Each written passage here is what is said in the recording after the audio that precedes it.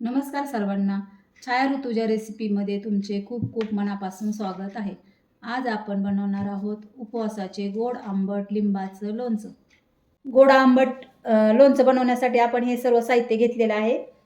1 चमचा मीठ, 2 चमचे तिखट लाल, 1 बाऊल गूळ चिरून घेतलेला आहे आणि ही 15 लिंब, पातळ सालीचे लिंब घेतलेले आहेत आणि हे स्वच्छ धुवून मी कॉटनच्या कपड्याने पुसून घेतलेले आहेत. त्याच्यावर एक पण थेंब पाण्याचा ठेवायचा नाही. मग पाणी जर राहिलं तर लिंबूचं लोणचं खराब होतो. पातळ सालीचे हे लिंबू आहे, याला कागदी लिंबू पण म्हणतात. हे आता आपण लिंबू कापून घेतलेले आहेत. हे याच्या एका लिंबाच्या 4-8 फोडी केलेल्या आहेत. याच्यातले सर्व एक ना एक बी काढून टाकायचं. बी जर राहिलं तर लोणचं कडू लागू शकतं, त्यामुळे सर्व बी काढून घ्यायचं. हे आता मिक्सरच्या जारमध्ये आपण क्रश करून घेऊ.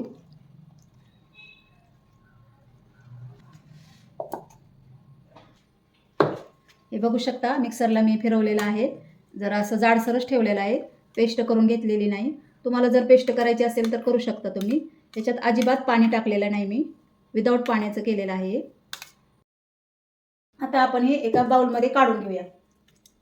बाकीचे लिंबू पण मी असेच करून घेते.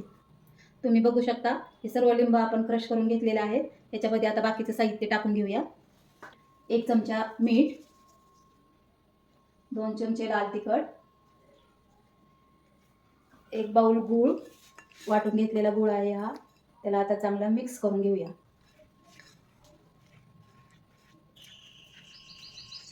हे आता चांगलं मिक्स झालेलं आहे. याला आता आपण 1 तासासाठी असंच ठेवूया. नंतर ह्याची पुढची प्रोसेस करू. 1 तासानंतर हा लिंबाच्या क्रशमधला गूळ चांगला विरघळलेला आहे. आता आपण ह्याला चांगलं शिजवून घेऊया. लिंबाचा क्रश शिजवण्यासाठी आपण जाड बुडाची कढई घेतलेली आहे. ती चांगली गरम करून घेऊ. हा लिंबाचा क्रश त्याच्यामध्ये टाकू.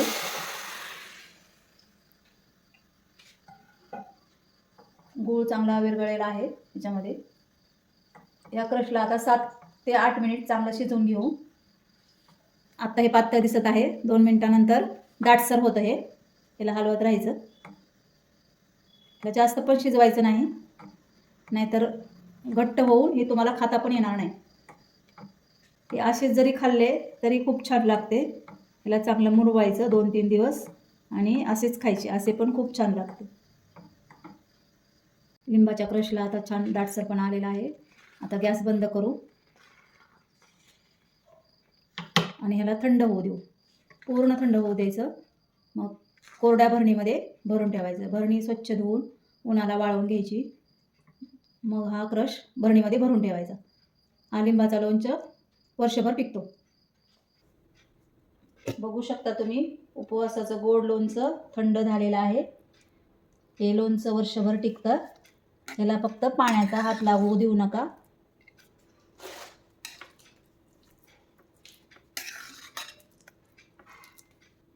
या लोणच्याला आपण आता काचेच्या भरणीमध्ये भरून घेऊया.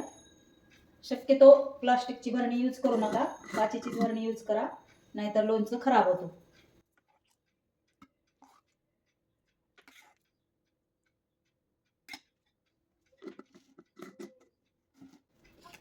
व्हिडिओ आवडला असेल तर लाईक करा, शेअर करा, सबस्क्राईब करा.